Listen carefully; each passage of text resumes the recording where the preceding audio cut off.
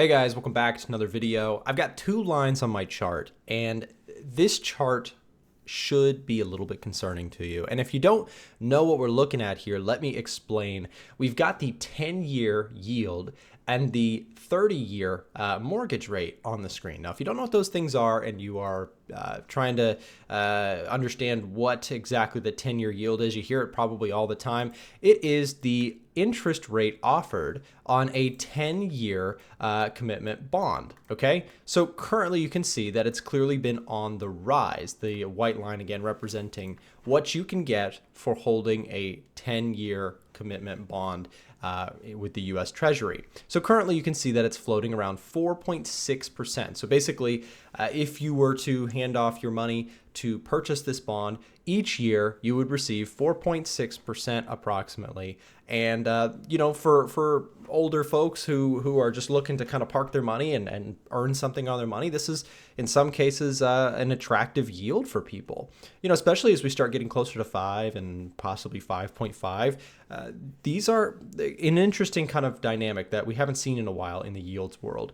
Anyways, what does that have to do with you as a futures trader, a forex trader, stock trader? What does that do for us as traders? Well, it actually does a lot. And I also want to talk a little about this other line here. The orange line is the 30-year mortgage rate. Now, this is what banks are basically offering for mortgage rates in the United States on a 30-year fix. Now, I know for my friends in the UK and other places, a 30-year fixed rate loan sounds pretty crazy, and it kind of is. The US is, you know, they do 30-year commitment loans for people buying homes.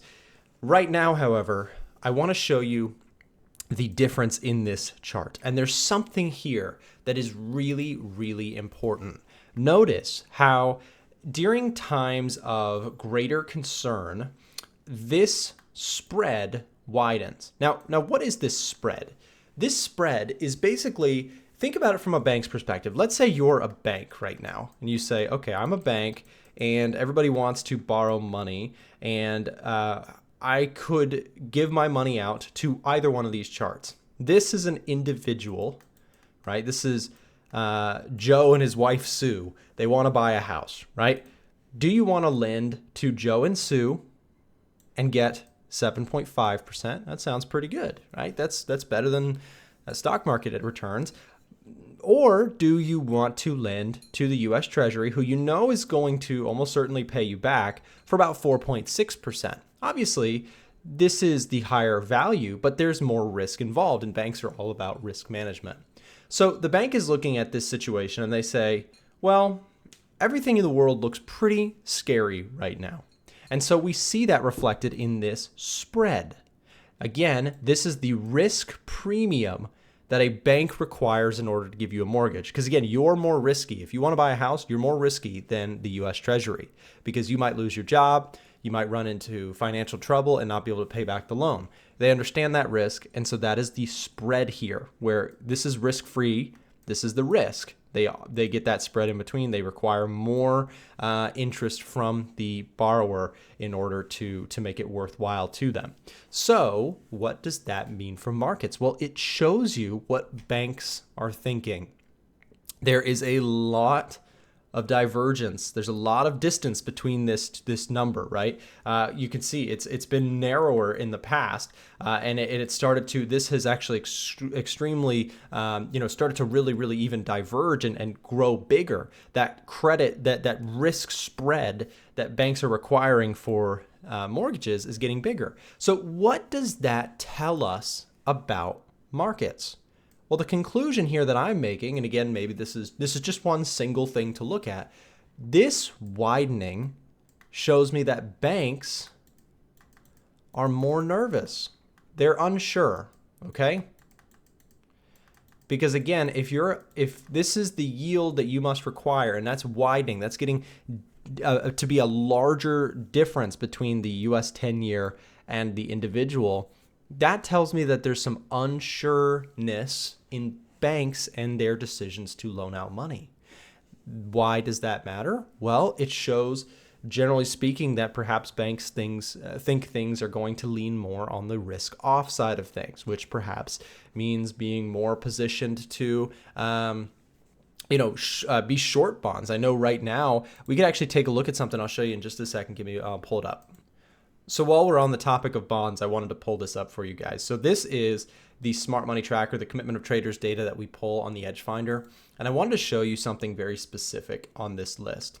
Let's take a look. We don't talk about this one very often because it's a more complicated market. But if you've made it this far in the video, by the way, and you'd like more bonds discussion, again, kind of boring sometimes, but also incredibly important to markets. If you made it this far and this was interesting to you, leave me the word bonds in the comment section.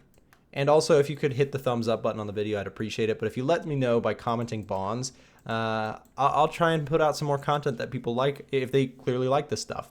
Anyways, the US 10-year yield is on this chart. Now, it's a little bit convoluted, but basically what this is saying is that there's a pretty substantial willingness to short bonds right now. And actually, this is an error. This should just say US 10, not US 10Y. But again, we see a pretty heavy preference to the short side. So by tracking this, we can basically say that it seems like institutional money is pretty prone to being short biased on bonds. Again, this is the net positioning. And let's see if we can find it on the latest. Let's see what they were up to. Not too much. There was basically pretty much unchanged on the latest filing. While we're at this, we'll take a look at where institutional money moved their money around this past week. We can take a look at that by taking a look at the latest non-commercial COT change. And we can see that the NASDAQ actually got a little bit of a bid. The US dollar also got a pretty good bid.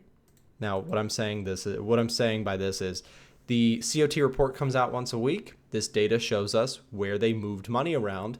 And again, we track all of this on the Smart Money Tracker on the EDGEFINDER. By the way, if you would like access to this, I'll leave a link down below in the description if you'd like to purchase a copy. My company, A1 Trading, is a software company. There is a lot of market data to go through, and we specialize in trying to make that data more accessible to everyday traders in a way that's actually user-friendly, usable to improve your trading. So if you'd like a copy, there's going to be a link and a promo code down below in the description if you'd like to pick up a copy of my software here that you're seeing on the screen. Anyways, let's keep going. The concerning here on the indices side is that you had SPX and US 30, the Dow and the SPY, both saw negative flow of money. And, then you could take a look at gold. Gold also saw negative flow, yen, negative flow. But then the big one is still the US dollar remains strong. And there was a flow into oil, which is an interesting dynamic considering everything going on in the world right now. Oil is, of course, spiking. So this was actually last Friday. This data comes out each Friday, showing us kind of where positioning is. So interesting to say the least. But again, yes, I just thought this chart was very useful to consider. You could just plug these two things on your chart if you'd ever like to look at them. And keep an eye on those yields, guys. This is single-handedly why the dollar is so strong. Yields have just been flying high and high and high. And what that really means, guys, is remember, bonds and yields move inversely to one another. So this yield rising is showing the pain that is the bond market right now. I'll show you that just while we're on the topic. You can go to US 10 and let's get rid of our comparison for a second. And you can see bonds have just been taking a hit recently pretty hard. So you can also take a look at, like, for example, here's a bond ETF. This is, in fact, let me go to my candles. So this is TLT. You can always pull this one up. I always have this one on my watch list somewhere. TLT is just a bond, a 20-year bond ETF, and it just, of course, it holds bonds on your behalf just by holding ETF. You've got access to this. By the way, if you're in the US and you want to know which broker I use, there is a link down below in the description. That's what I use to trade ETFs, NASDAQ, bond ETFs, gold ETFs. I trade ETFs primarily, as just in the US we can't trade CFDs. So CFDs are, of course, limited to outside of the US. The US is not allowed to use CFDs. And what I mean by CFD, if you're not sure what that is, like NAS 100 is a CFD, XAU USD, that's a CFD, right? So if I want to trade gold, what I have to do is I either have to trade on the futures market or do what I do, which is trade the ticker symbol GLD on the stock market. It's just an ETF that tracks gold prices pretty close. So anyways, I hope this video was helpful to you. Again, a little bit of a bonus Saturday upload. Remember, let me know down below if you want more information like this in the future. Write the word bonds in the comment section, hit send, just say hello if you'd like to as well. I appreciate you guys watching my videos, and I hope you have a great rest of your weekend. See you next time.